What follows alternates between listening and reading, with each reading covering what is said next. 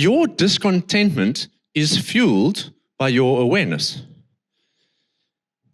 It's only when you become aware of something else, something better, something bigger, something faster, something shinier, only then do you become discontent with what you currently have.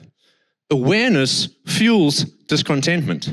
Discontentment is the reason that you have thousands of rands owing on a credit card because you bought stuff you wanted but couldn't afford. Discontentment is the reason your bond repayments are choking your finances because you bought a house you wanted but couldn't afford.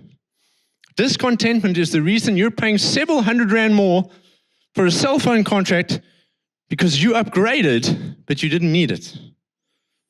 Andy Stanley has a simple definition for discontentment that goes like this. Discontentment is the dissatisfaction you have with what you have. You know, until that awareness of something better snuck in, you were content. You had contentment. You were happy with your phone until someone showed you their shiny new iPhone 16 Pro.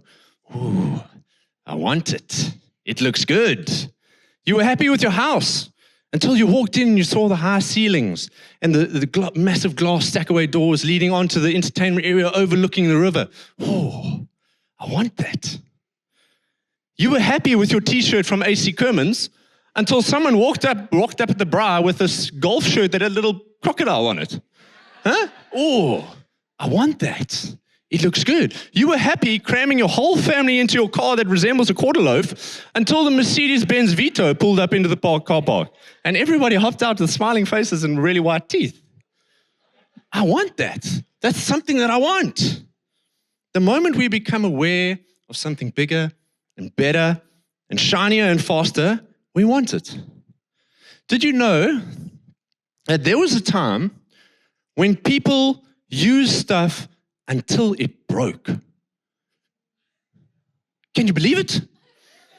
They used stuff until it broke, and if it broke, they would fix it, and then they'd keep using it afterwards. No! Can you believe it? Unbelievable. People used to use stuff while it still worked. They just used to keep using it because it was still working. Unbelievable. There was a time when you only replaced your TV set if it blew up or caught a light. Now you replace it because it's 10 inches smaller and 2 centimeters wider than the one they've got at Macro on special. I want that one.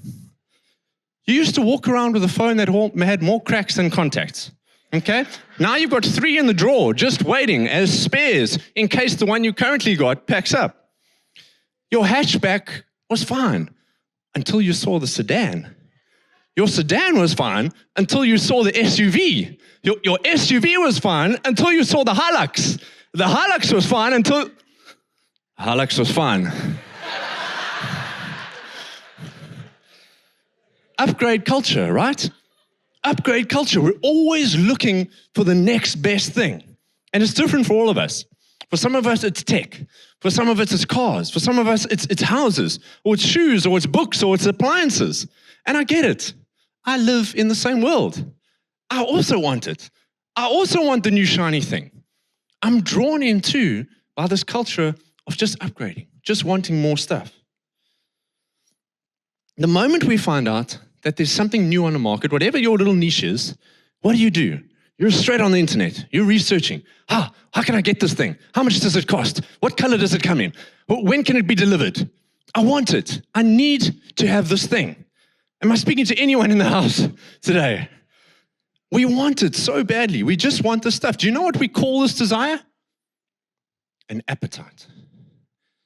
How many of you have ever satisfied an appetite? I have. I did it this morning. Actually, I didn't. I haven't eaten breakfast. But every other morning, I satisfy my appetite. 7 a.m., let's say, I eat breakfast, and then it lasts about 6 hours. 1 o'clock, I have to eat again. And then 7 o'clock, I have to eat again. Then it gives me 12 hours, but then the whole process starts again. Because you can never fully and finally satisfy an appetite. The result is more stuff and more stuff and more stuff as our awareness fuels our discontentment and our discontentment drives us to consumption. Just less than 2,000 years ago, Paul addressed this very thing in the first letter to Timothy. In 1 Timothy 6, verses 6 to 9, it says, "But godliness with contentment is great gain." Now, immediately, there's a contrast in Paul's thinking of what great gain is. Great gain to us is a salary increase. Great gain to us is a new flat-screen TV. Great gain to us is a duck egg blue smeg toaster. Great gain is all these things that we want to just accumulate in the world. But Paul's saying, whoa, let's redefine great gain here. Great gain in this life is godliness, which means a life surrendered to God, becoming who God wants you to be, being more and more like God.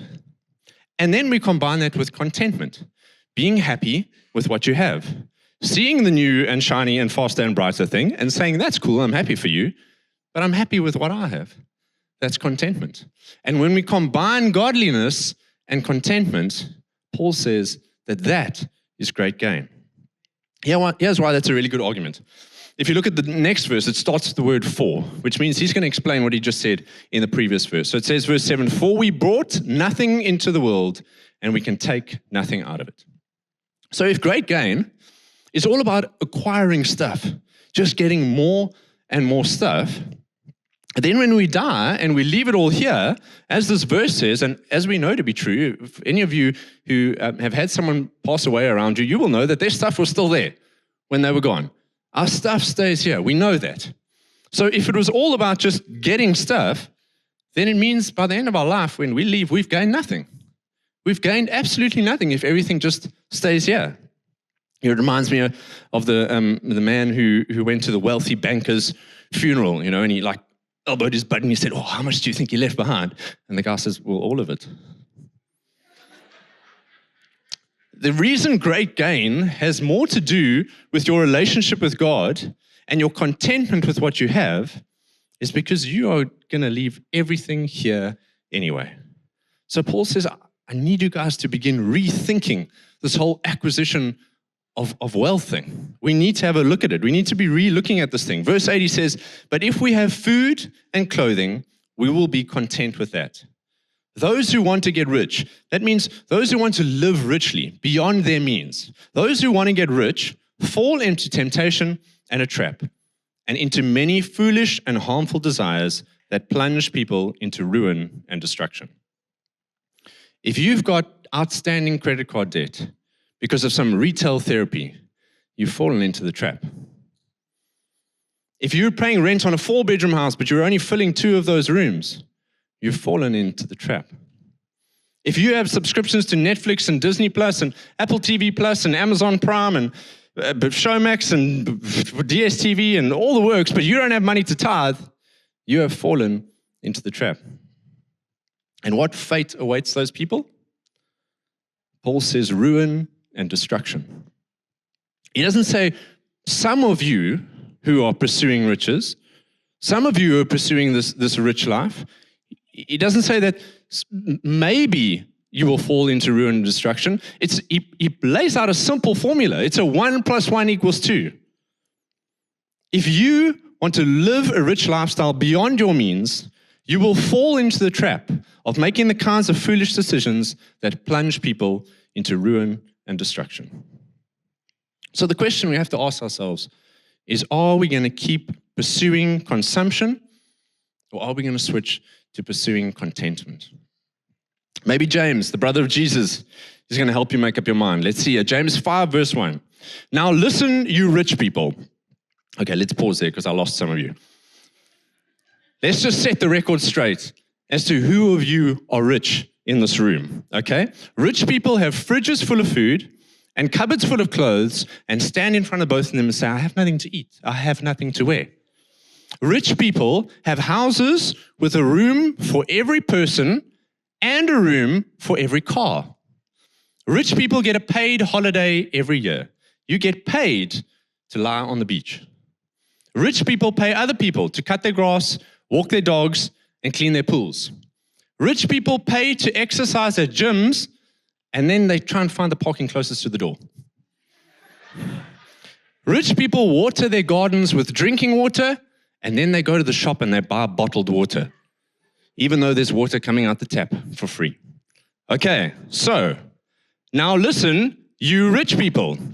Weep and wail because of the misery that is coming on you.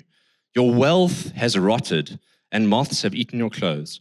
Your gold and silver are corroded. Their corrosion will testify against you and eat your flesh like fire. You have hoarded wealth in the last days. I want you to picture this scene. Scores and scores of people standing before the pearly gates, each with a sack over their shoulder, carrying their wealth and their possessions, everything they've accumulated their whole life. And one by one, they come before the gates and they lay down their sack with everything, and someone starts going through it. Now imagine it's your turn. And you come forward and you drop a sack and you open up there, and St. Peter's like rifling through there, and he's just chucking out stuff. And you're like, dude, that's like my gaming PC, bro. That thing is like spec to the max, man. You see the lights and it's a beast. What do you think you're doing? How can you just throw that away? Or you're like, hey, excuse me. That is my pair of Jimmy Choo shoes from the spring-summer collection of 2019. I'll have you know. What are you doing? Or you're like, hey, that's my 24-karat gold rings. What are you doing? I work whole life for this. I kill you. But St. Peter just looks up and says, yes, you worked your whole life for this stuff. And look at it. Your clothes are full of holes. Your gold and silver is tarnished and corroded. Everything you own, all of your wealth, is rotten. There is absolutely no value in what you've brought here.